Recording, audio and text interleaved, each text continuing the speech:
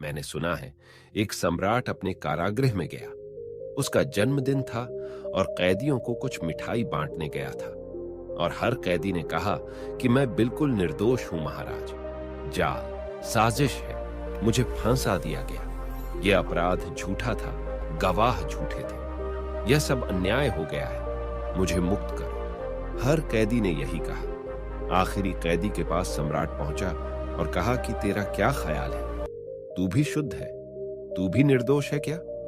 उस आदमी ने कहा कि नहीं महाराज, मैं चोर हूं और मैंने चोरी की थी और ठीक न्यायुक्त ढंग से मेरा मुकदमा चला और जिन्होंने गवाही दी उन्होंने ठीक ही गवाही दी और अदालत ने जो फैसला किया वह उचित है। जितना मेरा पाप था उसके अनुकूल मुझे दंड मिला है। सम्राट ने अपने आदमियों को कहा कि इस शैतान को फौरन जेल खाने के बाहर करो। सारे कैदी चिल्लाने लगे कि यह क्या अन्याय हो रहा है।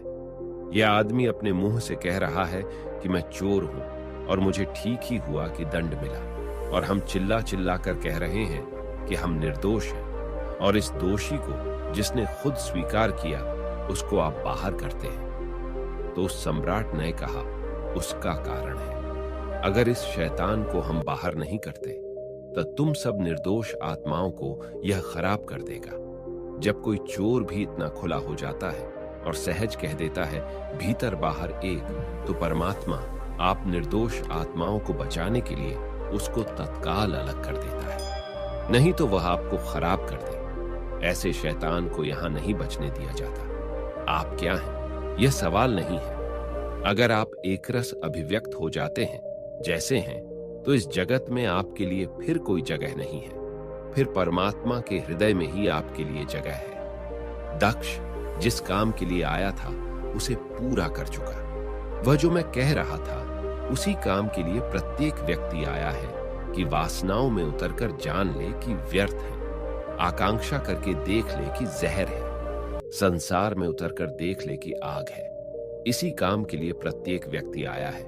और अगर यही काम आप नहीं कर पा रहे हैं, यह अनुभव नहीं कर पा रहे हैं, तो आप दक्ष नहीं हैं। और जो भी दक्ष हो जाता है वह परमात्मा के लिए प्रिय है। पक्षपात से रहित, सब दुखों से छूटा हुआ, सर्व आरंभों का त्यागी मेरा भक्त मुझे प्रिय है।